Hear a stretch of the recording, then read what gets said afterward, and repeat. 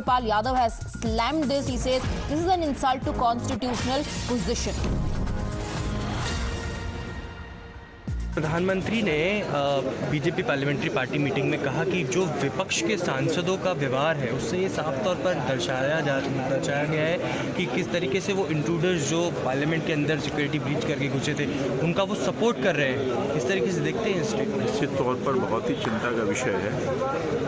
लोकतांत्रिक मर्यादाओं को विपक्ष ने ख़त्म कर दिया है और एक ऐसा इशू था जो देश के लिए था और देश का इशू है, केवल सरकार पक्ष और सत्ता पक्ष का नहीं बल्कि पूरे हिंदुस्तान की अहमियत जो लोकसभा का है, लोकतंत्र का है, उस पर चोट पहुंचाने की कोशिश की गई है। तो सब लोगों का इसके निदान निकालने के लिए प्रयास करना चाहिए। यही होता भी रहा है आज तक।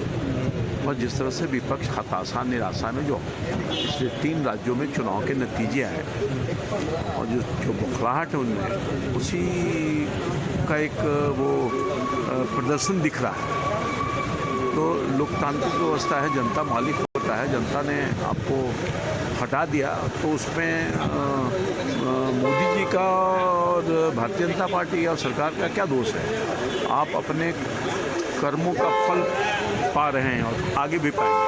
जिस तरह से आपने जबकि माननीय स्पीकर साहब ने सभी विपक्ष के दलों को बुला करके एक बैठक करके इस पर क्या क्या चूक जो हुई है उसको कैसे दूर किया जाए, परमानेंट इसका निदान निकाला जाए, उस पर उन्होंने सकारात्मक हल करके भूमिका अदा किया है। उच्च स्तरीय जांच हो रहा है। तत्काल जो उन्होंने कहा उसको संशोधित किया गया शिक्षा चूक में जो कमी है उसको दूर करने के लिए और भविष्य में किया जाए।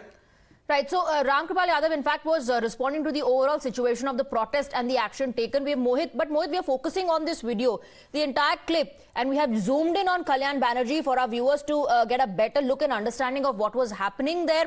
Mr. Kalyan Banerjee mocking Jagdeep Dhankar, imitating him, and there were some who in fact were recording it on the camera. Some also clapping for him, motivating him to continue.